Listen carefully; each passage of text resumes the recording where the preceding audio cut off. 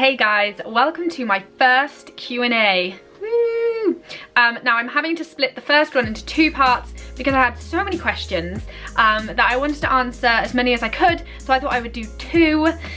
So here we go. Okay, so first question is from Joe Blakemore. By the way, I'm really sorry if I pronounce names wrong. I'm so bad at pronouncing names, but I think I got that one right. Have you come across any of your horses suffering from ulcers? If so, how have you dealt with them? Thank you. Love heart, love heart. Okay, so interesting question. Yes, we have had one and we still have one.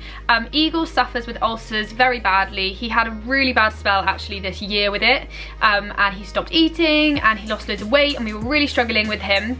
So Mum did so much research into it, and there are so many different supplements and stuff out there, but what we use is Abla. It's an American supplement, so that is what we use. And a really good tip I can give you as well, if your horse suffers from ulcers, give them half a scoop of chaff before you work them, because what this does, it lines the stomach so the acid doesn't hit the stomach walls as badly when you're riding them, and it's a little bit more comfortable for them. So the next question is from Taylor Equestrian on Instagram. What is your favourite non-horsey activity? If horses were not your passion and career, what do you think you would be doing? So this is a really hard one to answer because I've never really thought what else I would do. I would say with this question, what I'm doing with my life is moulding all the things that I enjoy into one. So I've got my horses, and then I've got like my vlogging and let's say filmmaking, vlog making. I've got like my entrepreneurial side. I really love helping people, and that is what I'm doing with social media and coaching and stuff. So to be honest, I would say it's not so much what I would do if I didn't do it as a career. What I'm trying to do is make all the areas of my life that I love into my career. Does that make sense? I hope that makes sense. Next question is from Skewbald Geldings. How did you start your journey to a positive mindset? Any people who inspired you along the journey? So this is a really interesting question. I feel like a lot of things happened for a particular reason around this time. It was 2016 that I started to change things around in July. I think it was July.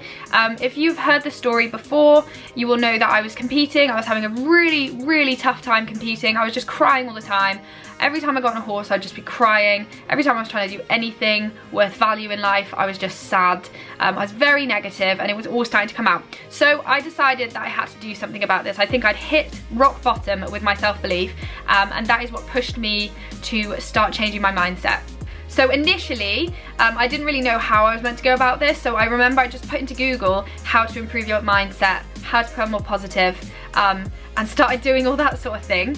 And that did help. But I was very lucky that somebody I followed on social media, who I always say he's a motivational speaker. He's not.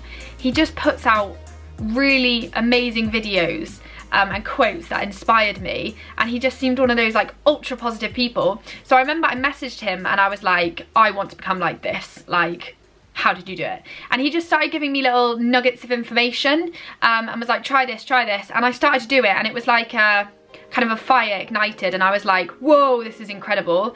And yeah, I just latched onto it. And I remember I used to study positivity mindset like every day. I was obsessed about it. It kind of took over my life, which is great because it made such a big difference.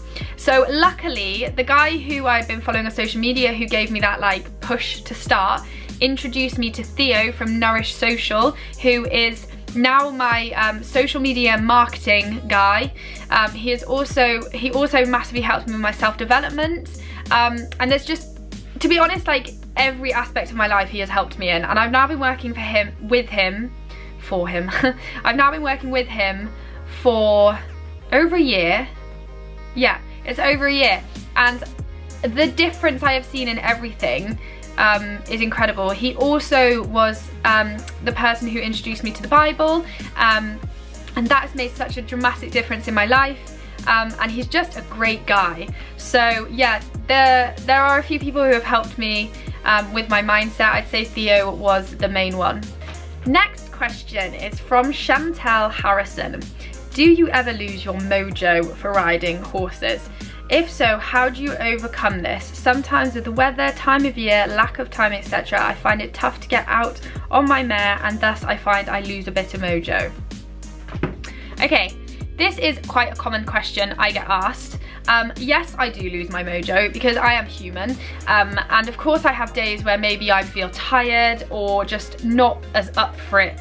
So I would say it is important to have breaks where you do non-horsey things, and I know a lot of people might be like, oh, but I live, breathe, and I was gonna say eat horses, and that really doesn't go down well, does it? Anyway, I know a lot of people out there like, oh, all I do is horses and it's all I want to do, but I personally find that I need time away from horses, and this is something that I do sometimes struggle to get.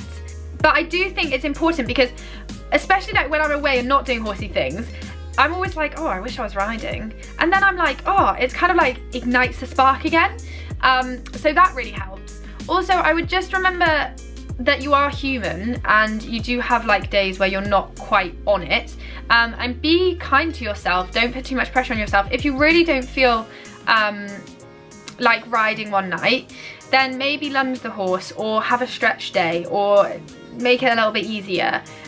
Because I think you can put yourself down a lot by being like, oh, I'm not motivated, I'm not motivated, I need to be more, I need to be better, and you think you're doing something wrong. So I would say, yeah, take the pressure off a bit. Yeah. Okay, next question. ImmyTB Rider. These are Instagram usernames, by the way. These are not people's real names. If you could go anywhere in the world with 3 people, who and where would it be? Okay, I love this question. I don't think I'd really care where we went, to be honest, because the reason I'd want to meet up with these 3 people is to pick their brains and absorb their like positivity and their ideas and like their motivation through life, and that is why I'd want to meet these 3 people, and let me explain who they are. So first up would be Gary Vaynerchuk. He is an entrepreneur, he is a motivational speaker, he is an investor, he is always like 2 steps ahead of the game. If you do not know who he is, go and check him out. He's incredible. And what I started following him for was like motivation in everything in life, really. Like he talks a lot of motivation in business and people who want to kind of push forwards in that area, but I really just used what he said and took it into every aspect of my life, which made a massive difference. So I want to meet him, to sit down with him and just brainstorm, and yeah, like I say, absorb all his like positivity and stuff like that. Next up is C.S. Lewis. Now, anyone who doesn't know who this guy is, he is the guy who wrote Narnia. He also wrote one of the best Christian books out there, and he is just amazing. The way he explains Christianity, he makes it so simple and you're like, whoa, and it's so easy to understand. So he has been a massive influence in my life in the past year. Unfortunately, he is not alive anymore, but if I could speak to him, I would love to speak to him. And lastly on the list is Muhammad Ali. Again, massive inspiration. He is one of the most incredible athletes out there. I just love his drive. I love how much self-belief he's always had. I've always kind of looked up to him in that area. Actually every area of his life, I think he's incredible. The motivation he had day to day. So I just think he'd be a great person to get around. So those are the 3 people that I would like to be around. Even if it was for a day, if it was for longer, that would be great. But yeah, like I say, I literally wouldn't care where we were. We could just be sat in a kitchen. As long as I could kind of absorb things from them, it would be amazing. So this one is from Catherine Page. Do you have a matchy set addiction? Hi, my name's Olivia Towers and I do not have a matchy set addiction. And last question is from Naomi Collins. Huge area to cover, but your top tips and advice on horse shopping, particularly young horses.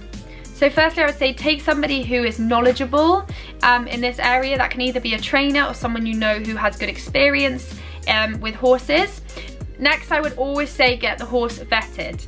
I know vettings can be expensive, but it can save you a lot of heartbreak emotionally and heartbreak financially. Also, look for it looking like one horse. So what I always look for is like the muscle development.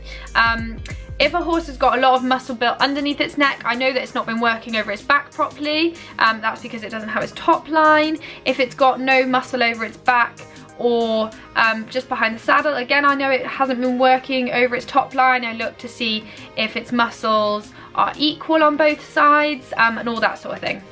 And lastly, if you're looking at a horse that hasn't been ridden, so for the younger horses, I would say you want to look at their potential. So what I always look at is if they're cantering around in the field and then they stop, how do they stop? So do they stop themselves with their front legs, or do they stop themselves with their back legs? If they're stopping themselves with their back legs, then I know that they have the tendency to want to sit more, which would be really good for a dressage horse. I also look at their characters in the field, look if they're shy, if they're confident, yeah. So that is the end of part 1. I will be putting part 2 up next week. I hope you guys have enjoyed it. Let me know what you think, and yeah, I'll see you for the next one.